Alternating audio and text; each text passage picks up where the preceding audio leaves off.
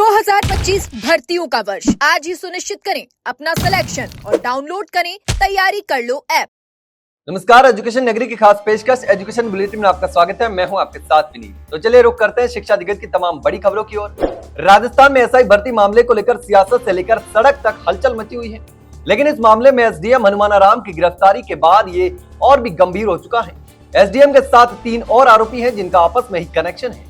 अब एसडीएम हनुमानाराम सहित 4 आरोपियों को कोर्ट से पेश करने के बाद जेल भेज दिया गया है। हनुमानाराम पर मूल परीक्षार्थी नरपत राम और रामनिवास की जगह परीक्षा देने का आरोप है। दरअसल बुधवार को एसओजी ने एसडीएम हनुमानाराम के दोस्त रामनिवास, नरपत राम और नरपत की पत्नी इंदिरा को कोर्ट में पेश किया गया था, जहां से चारों को जेल भेज दिया गया है।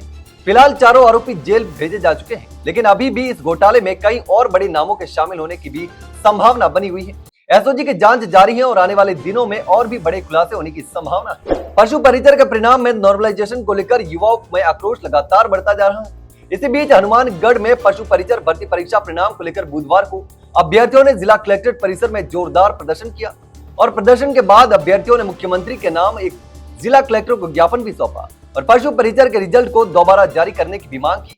पूर्व छात्र संघ अध्यक्ष महेंद्र शर्मा ने बताया कि इस नॉर्मलाइजेशन प्रक्रिया में भारी अनियमितता हुई है। खासकर छठी पारी के अभ्यर्थियों को अनुचित लाभ मिला है, जबकि अधिक अंक प्राप्त करने वाले कई मेहनती अभ्यर्थी चयन से बाहर हो चुके हैं। शर्मा ने बताया कि छठी पारी के अभ्यर्थियों को अंक बढ़ा दिए गए, जबकि चौथी पारी के अभ्यर्थियों के अंक कम कर दिए गए, जो कि पूरी तरीके से गलत और अन्यायपूर्ण है।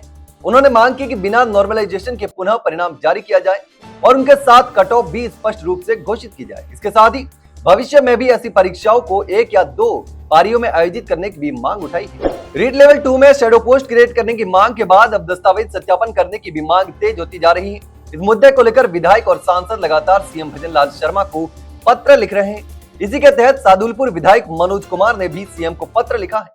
इससे पहले सरदार शहर विधायक अनिल कुमार शर्मा, हवामहल विधायक बाल मुकुंदाचार्य, भाजपा नेता गजानंद कुमावत, खंडेला विधायक सुभाष मील और सीकर सांसद अमराराम सहित कई विधायक और सांसद सीएम को पत्र लिख चुके हैं और इस पत्र के माध्यम से उन्होंने रीट लेवल 2 के सभी पदों पर फिर से दस्तावेज सत्यापन कराने की भी मांग की है।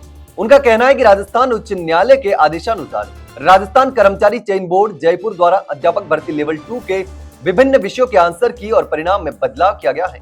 इस संशोधन के चलते लगभग 18 प्रश्नों के उत्तरों में बदलाव किया गया है, जिससे बोर्ड ने सभी शिफ्टों पर संशोधित दोगुना परिणाम जारी किया है। इससे अभ्यर्थियों के अंकों में भी वृद्धि हुई है। उन्होंने सीएम से आग्रह किया कि सरकार इस मुद्दे पर संज्ञान ले और पात्र अभ्यर्थियों को न्याय दिलाने के लिए सभी पदों पर पुनः दस्तावेज सत्यापन की प्रक्रिया शुरू करे। यह मुद्दा राज्य भर में हजारों अभ्यर्थियों से जुड़ा हुआ है और इस पर सरकार की प्रतिक्रिया का अब सभी को इंतजार है। राजस्थान हाईकोर्ट ने वॉइस प्रिंसिपल पद पर पदोन्नति पाने वाले कर्मचारियों को उसी विद्यालय में कार्य करने की अनुमति देने के लिए राज्य सरकार को आदेश दिया है, जहाँ वो पहले से कार्यरत थे। यह आदेश जस्टिस सुरेश बंसल ने मुकेश कुमार मीणा की याचिका पर सुनवाई करते हुए दिया है। याचिकाकर्ता की ओर से अधिवक्ता राम प्रताप सैनी ने कोर्ट को बताया कि मुकेश कुमार मीणा का पदोन्नति के बाद वापस वॉइस प्रिंसिपल के पद पर चयन हुआ था और उन्होंने अपने पूर्व स्थान पर ही कार्यभार ग्रहण कर लिया था, लेकिन बाद में उन्हें पदस्थापन के नाम पर दूरस्थ स्थान पर भेज दिया गया, जिससे उन्हें व्यक्तिगत और व्यावसायिक रूप से कठिनाइयों का सामना करना पड़ रहा है। कोर्ट ने राजस्थान सरकार के शिक्षा सचिव और निदेशक माध्यमिक शिक्षा से जवाब भी तलब किया है। इसके साथ ही याचिकाकर्ता को फिलहाल उसी स्कूल में कार्य करने की अनुमति भी दे दी है जहां वो पहले से कार्यरत थे। राजस्थान कांस्टेबल भर्ती 2025 का नोटिफिकेशन जारी होने के बाद भी बेरोजगारों का टेंशन लगातार बढ़ता ही जा रहा है, लेकिन जैसे जैसे आवेदन की डेट नजदीक आ रही है, उसी के साथ ही आवेदन करने की आयु सीमा बढ़ाने की मांग भी जोर पकड़ती जा रही है।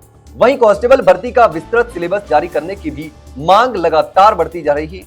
युवाओं का कहना है कि कांस्टेबल भर्ती में टॉपिक वाइज विस्तृत सिलेबस जारी नहीं किया गया है, जिससे युवाओं की तैयारी में परेशानी हो रही है। पिछले दिनों जारी किए गए नोटिफिकेशन के अनुसार इसमें केवल विषयों का जिक्र ही किया गया है, लेकिन यह नहीं बताया गया कि विषय में शामिल किए गए किस टॉपिक से कितने सवाल पूछे जाएंगे। इसके साथ ही एक बड़ी मांग यह भी है कि इस भर्ती में आयु सीमा में 3 वर्ष की छूट दी जानी चाहिए, क्योंकि कोरोना काल के दौरान बहुत कम वैकेंसी निकली थी और आरएससी की भर्ती 2021 के बाद अब आ रही है। ऐसे में कम से कम इन पदों के लिए तो आयु सीमा में छूट दी जानी चाहिए। सोशल मीडिया पर भी युवाओं ने अभियान चला रखा है इसके लिए। तो ये थे शिक्षा जगत की तमाम बड़ी खबरें। कल फिर आपके साथ रूबरू होंगे, तब तक के लिए नमस्कार।